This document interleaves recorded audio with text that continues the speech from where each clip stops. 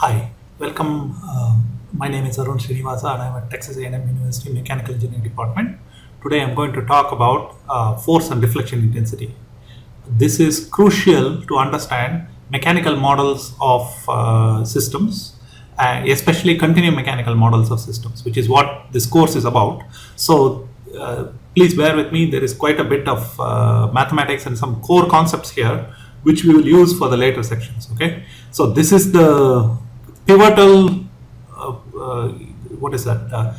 This is the pivotal lesson for what we are going to learn in terms of modeling. So please pay attention. I have summarized the core results in the last two slides, and those things you have to commit to memory in some way because this is really vitally important to understand what's going on. Okay, so let's get started.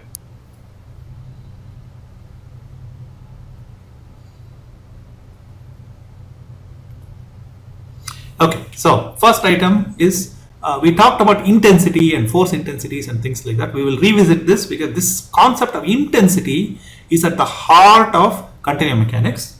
So the idea is that if you look at the word intensity, it means strength, concentration, or vehemence. How concentrated is something. So we already talked about density, which is mass intensity. That is limit of mass over volume. So we'll talk about this limit, and I'm saying that in a very vague way. The correct way to do that is with a concept in mathematics called measure theory, and you really have to learn something about if you really want to get into the details of this, there's something called the Radon-Nikodym theorem, which is what we are using for many of these things. But luckily for what we are planning to do, we need an intuitive idea and not a purely mathematical idea. Okay, so intuitive idea is what I am giving. There's serious mathematics behind this, but luckily we don't have to do it. Okay, so that's density. Then stress is force intensity. Force vector divided by area of surface, again limit. So you will see that we will play around with this quite a lot.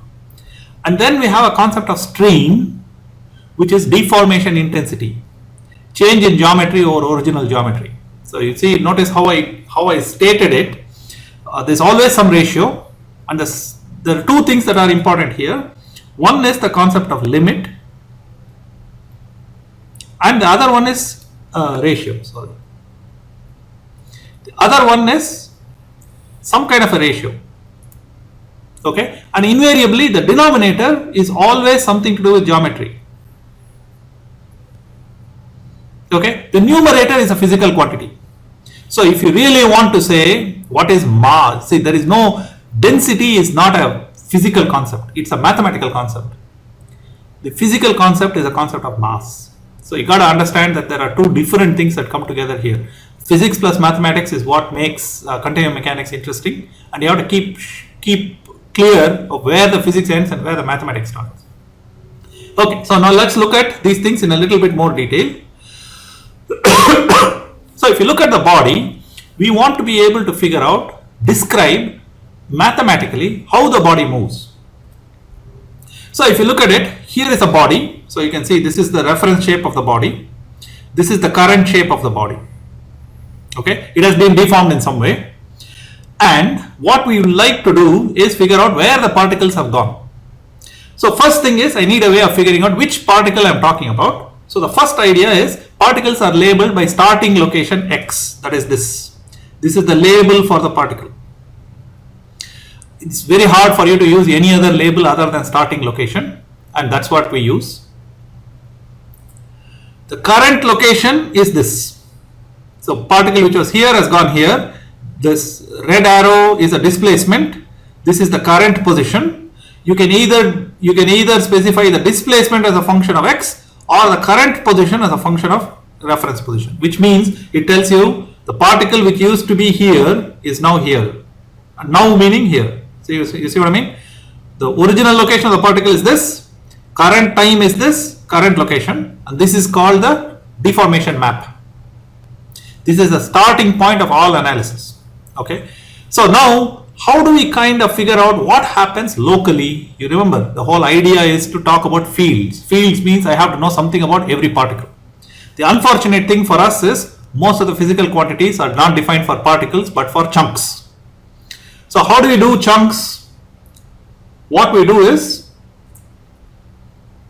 you have to draw a grid. You can see the grid, and then you have to extract a chunk. So if you look at the reference chunk, this piece, it's here, and then this one looks like this. This is the local deformation, and we will be very clever. We will actually do something very interesting. We don't really care about the rectangle. Rectangle is only an image. What we are going to do is we're going to pick a point. I'm going to pick a point there. Oops.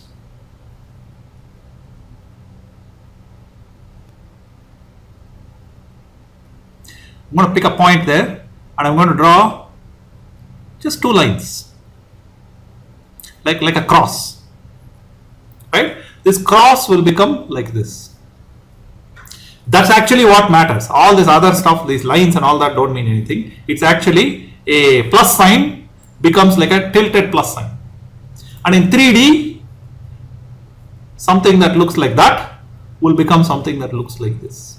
And I'll show you with examples. That's what it looks like in 3D. Okay, that's the core idea. And then, of course, I've drawn it large, but this is supposed to be very small.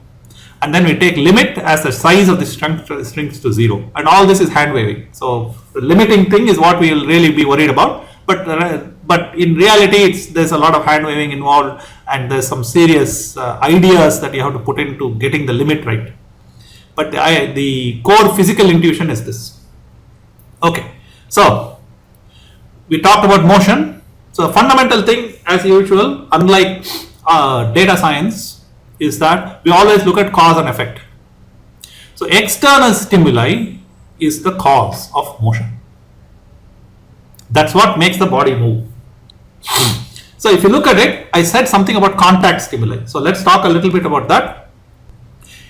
Recall that if I have a continuum, and if I cut the continuum into two pieces, the line that cuts it, the surface that cuts it, unfortunately has to be shared between these two things. That's a very fundamental property of a continuum.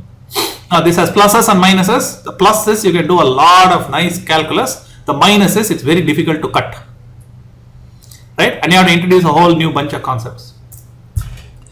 The physical properties that are transmitted through these common region, this cut region, are called fluxes.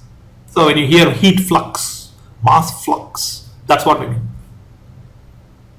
Okay, the things that traverse this with particles actually flowing part of it is called transport. So when you hear heat transport, it means something is carrying. That's like a truck carrying goods. Okay, so you can see the truck and it carries goods across. That's called transport. So when you hear transport processes, you're talking about physical particles that are going across a boundary. Flux is like smuggling. Nothing seems to have gone across the boundary, but the goods have appeared on the other side. Okay? So that's flux. So flux is actually magic in a very fundamental way. It's somehow one part of the body communicates with the other part of the body through the contact region without transmitting particles. So that's flux. Okay? If you have a system which consists of a discrete set of particles, there is no such thing. There is no such thing as flux. There is only stimuli, because there is no common boundary, there is no common interface, nothing. Okay? The concept of a contact force or a contact flux is an artifact of introducing a continuum. Okay? So that there's a common boundary. That's a very important idea. Okay. So talk about force intensity. What you have to do is you have to cut out three surfaces at a point. So here's the point that you are interested in. Here's the continuum. Here's the point that you are interested in. Okay. Now I'm going to cut three surfaces through that. There, I have cut three surfaces and they are supposed to be small. You know, I've drawn it about the size of the continuum, but notice that the sides of the surfaces are dx, dy, dz. We will get this to be a lot clearer. At this stage, I just want you to understand that these are three surfaces. Don't think of it as a box. Think of it as an open hollow thing with three pieces. That's all. Right? Looks like this. See, can you see the point and the dx and dy and all this stuff? And then if you open it, it's hollow. It's not a box. You're with me? So it's just a hollow piece. Right? So you can cut it any way you like. All you need is three faces. And on each of these faces, because of this idea of contact stimuli, there will be forces on these three faces. And the notation here, the X and Z and Y, the notation here does not reference components, they reference normal to the surface. So this is the X axis, this is the Y axis, this is the Z axis, that's the Y axis. So that's how we are labeling it. Okay, and the contact force intensity, remember, was force vector divided by area, and in this case each force vector has three components. Fy, which is the force on the Y face, has three components. Fx, which is the force on the X face, has three components, and Fz has three components. And the corresponding areas are dx dy, dy dz, dx dz. You see what I mean? So what happens is, totally you will get 9 total components, 3 for each face. That's written in a matrix form, and that's called a stress matrix, and it looks like this. You divide Fxx, which is the X component of the X force, divided by the area of the X force, X face, dy dz, and then Fyz. So Fyx, Y component of the X face, this is the component, that's the face.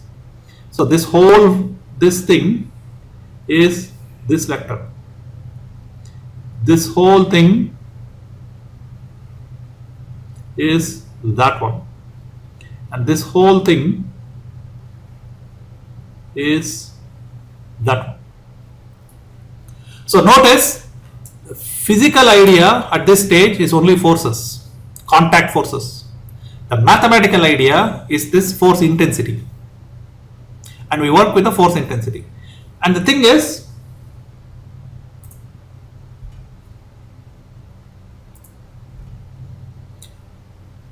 the physics ends at the forces and the mathematics starts there. We can define force intensity on any three mutually perpendicular. It doesn't even have to be perpendicular, but it has to be any three non-coplanar faces. Right? And you will get different kinds of force intensity. Depends upon what you find useful. You will see this in a very short time, that we do different kinds of phases and we'll get different kinds of force intensities. Right? All it is that suitable area has to be picked which makes physical sense to you. Okay, so there are two possibilities. Now let's say our two core possibilities are the following. I'm plotting this in 2D. Let's say I took a rectangular grid region here and it got deformed into this grid. So let us pick this thing and we look at the corresponding, what it used to be is here, before, after. Okay, so those are the two regions. Now, force intensity per unit distorted area. So you find the force on this face, F, divided by this area is called the Cauchy stress or current stress or true stress. There's nothing true about it. It's just a convenient definition. You know, what matters, the true thing here is force on this particular region that we are interested in, and the force divided by that region will be called true stress. It is very inconvenient to use this, to measure this, because you may not be able to measure the current area because it's deforming and you have set it up in an experimental setup or something like that. It's very hard to do it. What you can measure on the other hand is the referential area. Can you see that? So it might be much better if you do. So let's not worry about 3 planes yet.